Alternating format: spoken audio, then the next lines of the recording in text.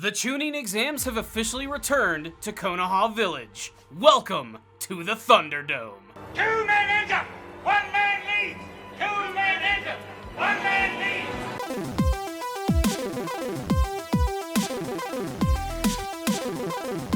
leads! Powerful Nerdcast assemble! Stay dandy, baby.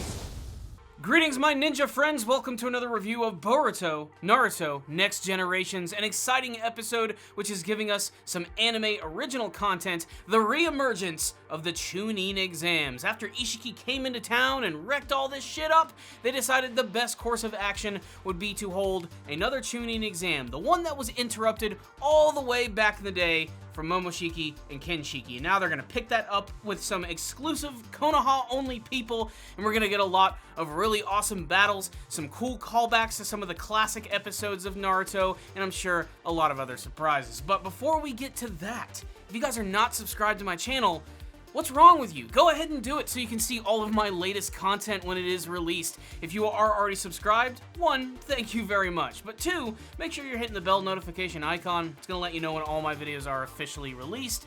And of course, if you are liking my content, maybe go ahead, take a kunai, a frigging shuriken maybe, throw it at the like button. Helps out these videos tremendously. You can also check out my Patreon page where you can make a small monthly donation. It'll go a long way in helping to financially support this channel. I would really appreciate it, and I would love to add your name to this list of amazing people that you currently see on screens. These guys are amazing. I mean, not only do they watch my content, but they actually help support it financially, and I cannot thank you enough for that. So please make sure, check that out. You can join the producers of Ace Guru. The action is about to go down in the brand new Chunin exam, and this is actually one that I'm kind of excited for. I'm not going to get too upset over the fact that this is essentially a filler arc. It's brand new anime original content, but it's something that I'm very excited to see, as the Chunin exam portions of the Naruto franchise are definitely some of my favorites, because it always leads to a lot of really cool surprises, the reintroduction of new characters, old characters, seldom used side characters, and it allows them to do something pretty awesome. It also is going to give a lot of our main cast an opportunity to rise up in the ranks and have the potential of becoming a Chunin for Konoha Village. It is a little weird, however, that this entire exam is just exclusively for the Konoha students. They're not going to be bringing in students from other villages. Maybe they'll be holding their very own Chunin exams, and honestly, I think that would be kind of cool to see in and of itself. But it looks like they're mostly just going to focus on all of those characters that we know and love from Konoha Village. And this one is distinctly classic. In fact, the first episode I'm going to be talking about today is episode 221.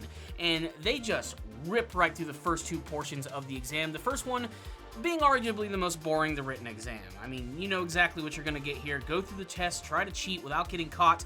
It's classic Naruto stuff. And pretty much all of the main core of people that you actually care about manage to pass and move on to the next part of the exam, which is also incredibly classic. We return to the Forest of Death. The minute I realized they were going to the Forest with Death, I just had a huge wave of nostalgia just smack me in the face. It was one of my favorite things from the original Naruto anime series, and here things are a little different, where they're actually going to have to go into the forest, and they're going to have to save a Chunin who is either injured or captured and bring them back to the front gates. But of course, the Forest of Death gets its name for a reason. It's very dangerous. There's going to be other ninja in there who are going to try and stop them, not to mention all manner of giant wild monsters, everything from massive centipedes to panda bears and even a giant snake, which makes friends with Boruto, which I think is actually kind of fitting considering his past with that one summon that he had way back in the day.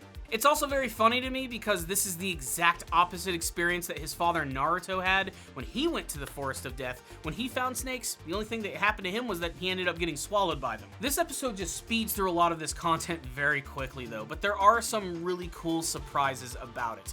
One of them is actually the introduction of a brand new character who goes by the name of Kaito, who is a Class A douchebag.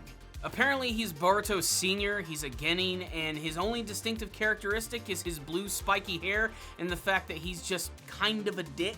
His powers are kind of cool though, although I have to admit at first they come across as kind of disgusting. Apparently he utilizes spider web, but when he first introduces this ability, well, there's no getting around it, it looks like jizz. There are some great highlights from this entire examination. One of my favorite ones is the fact that Mirai is actually one of the people who are volunteering to actually be in the Forest of Death, and she actually ends up getting the better of Namida. It looks like she's actually there to be, saved, but she actually is there to end up knocking her ass out, which I have to admit was kind of satisfying. I don't hate Namida, but she seems kind of pointless to me. But while she is knocked out, it looks like her other team member, Tsubaki, who ends up killing a giant centipede in a blaze of glory, by the way, and of course Wasabi, are actually going to pass this examination, as well as a lot of other interesting characters like Inojin and Chocho, which is very appropriate because they want to join Shikadai in the ranks of Chunin. Sarada and Mitsuki also managed to pass, which is also really awesome. There's a great scene too where Sarada is actually going along with Mitsuki,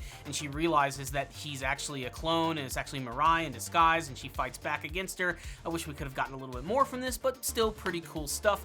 And then of course we have Boruto, who actually ends up getting tricked when Kaito, that one douchebag, actually tries to stop him and try to steal his booty so that he can make his way to the front gates, but he ends up getting injured, and Boruto, being the super nice guy that he is, decides to actually help him out. And while he's carrying him with a clone as well as the person he's trying to save, he actually just misses making it to the front gates, and it looks like he's going to lose.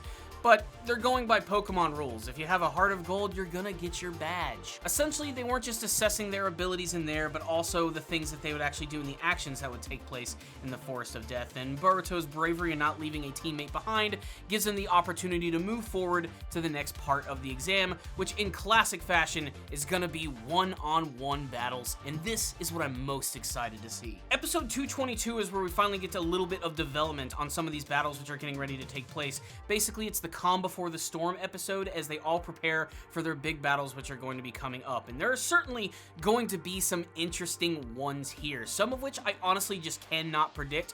All of Team 7 of course is going to be involved in these battles. The remaining members of Ino Shikacho, being Inojin and Chocho, are going to be there, and of course they have a very important reason for wanting to do this. They want to join Shikadai and his ability of being a Chunin. They even do a great job of showing how far their family dynamic has come. They're not related by blood, but the whole Ino Shikacho thing is just something that's so ingrained in the culture of Konoha Village that they want to keep it going. And Shikadai, being the super cool dude that he is, the reason that he never wears that vest is because he's waiting for his teammates to finally rise up. And I honestly think that's pretty awesome. Now, Namida, of course, is not going to be making it to the Chunin exams, but we do get to see that Wasabi and Tsubaki are actually going to be doing this. And they even give us a nice little shocking twist about Tsubaki, about the fact that she receives a letter from the Land of Iron, and apparently she's going to be returning home and possibly getting a brand new leadership position, but luckily she's still going to stay behind and participate in the Chunin exams, although I have to admit, I really do feel bad for the team as they're constantly losing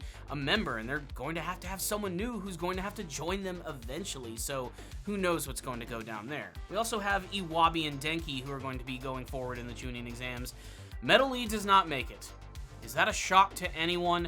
Metal Lee, I could do a whole video just about how he disappoints me, let's put it that way. I wish this could have been a big redemption moment for his character.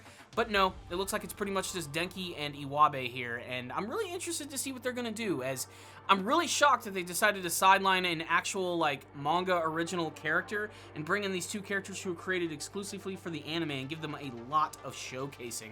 And I have a feeling that Denki, despite the fact that he's not exactly a powerhouse, hell, there's one scene where he has to pick up this one big ninja and he can barely do it, but due to his perseverance, he manages to make it through. And his overall intelligence is something that cannot be underestimated, as apparently in this exam they're going to be allowed to use scientific ninja tools, so who knows what he's going to bring to the table. However, one of the characters that I really have my eye on right now is Hoki. He is a member of Team 25, led by Sai, and he's the only member of his team who managed to go forward. Basically, he's the little Kakashi kid. And they talk about him a lot in these episodes, as if to say he's very intelligent, he's one hell of a ninja, and just the fact that he has a mysterious personality with the fact that he looks a lot like Kakashi, wearing the mask and everything, I just don't know what he's gonna do.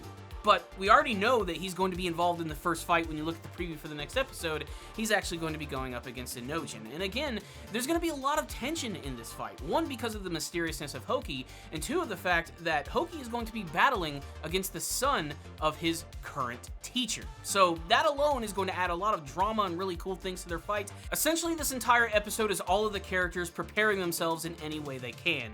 resting, training, just hanging out with friends. In fact, I think one of my favorite scenes of this entire episode with this massive montage scene at the end of just seeing what all of the characters are doing. And I think my favorite moment again was reminding us that Mitsuki still has his cat. I loved that scene of him in the tree. It was awesome.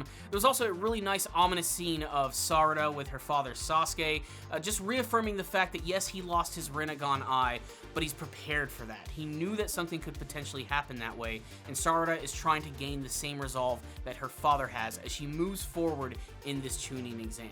And then we have a twist, which I don't think this arc needed a twist like this, or at least some sort of brand new spice to add to it. I just want a Chunin exam to happen and be done. That's all I want to see. I don't want to see villains interrupted, especially filler villains. The episode essentially ends with these 4 dudes who just randomly walk into Konoha village. Again, what's up with the security in this place? And it looks like they're going to cause some sort of ruckus.